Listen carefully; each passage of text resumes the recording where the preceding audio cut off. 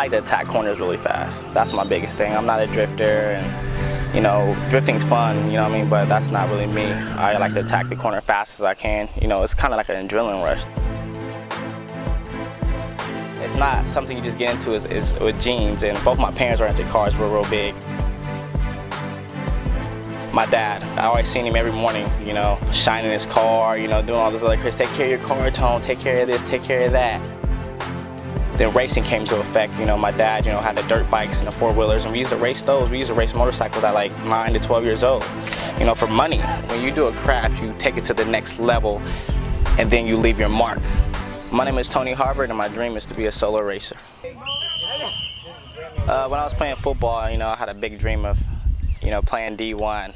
It started all when I was a freshman. My dad worked me so hard, and, you know, believe me or not, you know, I used to do 1,000 push-ups a day, you know, doing 70 calf raises on each step. My dad would say we worked like pit bulls. I got moved around from, you know, this school to that school, but every time I did establish myself, I was a starter. I played, I was well known. I was playing corner, some running back, slot, and kick return. I believe it's September 22nd, 2009. You know, I probably hit the hardest I ever hit, and been the most aggressive I ever been in my life.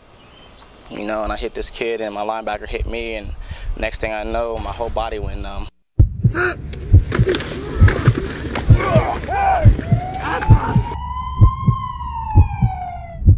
You know, I was in ICU. I went in coma for 3 days. You know, they had 2 different surgeries here in the back of my neck there. God always says to be able to take 1 day out the week to rest and don't do anything. In the hospital, I had a week, 2 weeks and a half, you know, to think of what I was going to do. You know, people thought I was going to grieve and not being able to play football. Yes, I grieved and I cried and I thought about all these letters I got from these colleges and stuff like that, but, you know, it makes you stronger. It takes a strong person to be able to get over something that catastrophic, you know. At the time, you know, no one really came to visit me after I got out of the hospital. But Rico's my cousin. I call him my brother though, because we grew up from like diapers. When I broke my neck, he was there taking care of me out the house. When I used to have to shoot needles in me, you know, to keep me from stroking out, you know, he was there. You know, it was a big help, you know, because like he could have been doing other things with his friends, but he actually stayed by my side, making sure I was okay.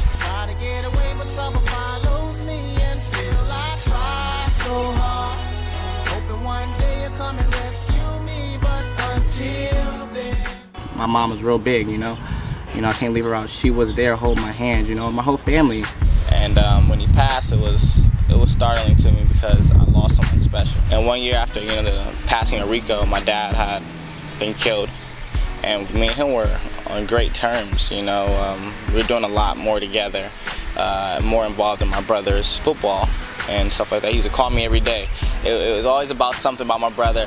You need to talk to your little brother. You need to do this. You need to talk to him. It was quite amusing, but, you know, I do miss him. But when he passed, it felt like everything he told me became true. He always told me I ain't gonna be here long. You know what I mean? You need to step up. You know what I mean? You need to be there for your brother and sister. You need to lead by example. When they see you do great things, they're gonna want to do great things. So that's what I'm in the process of doing, you know, helping my brothers and sisters get through this. Yeah, she dig it. You know, the biggest thing is being supportive. Having somebody in my corner and I can go home to, and she's like, babe, how'd you do? And I honor that. My Uncle Rico's a big part of my life. It's kind of cool because we talk about cars. He always keeps me updated on stuff like that. So he's almost like a second dad to me. The reason why I love this road is because my cousin's buried right over here, you know what I mean? So when I drive this road when I'm mad or I'm upset, you know what I mean? It feels like he's here, you know what I mean? Like just chilling with me, listen to Bone Thugs and Harmony or something like that, or his Tupac song. After I graduated high school, it's almost like you try to find your niche or your role in life, and shortly, you know, it really became cars, but I fell in love with the racing part. You know, I wanted to race cars, so, you know, I got into it, got me a nice car, I guess. And I have a Honda S2000. It's the fastest 4-cylinder ever made.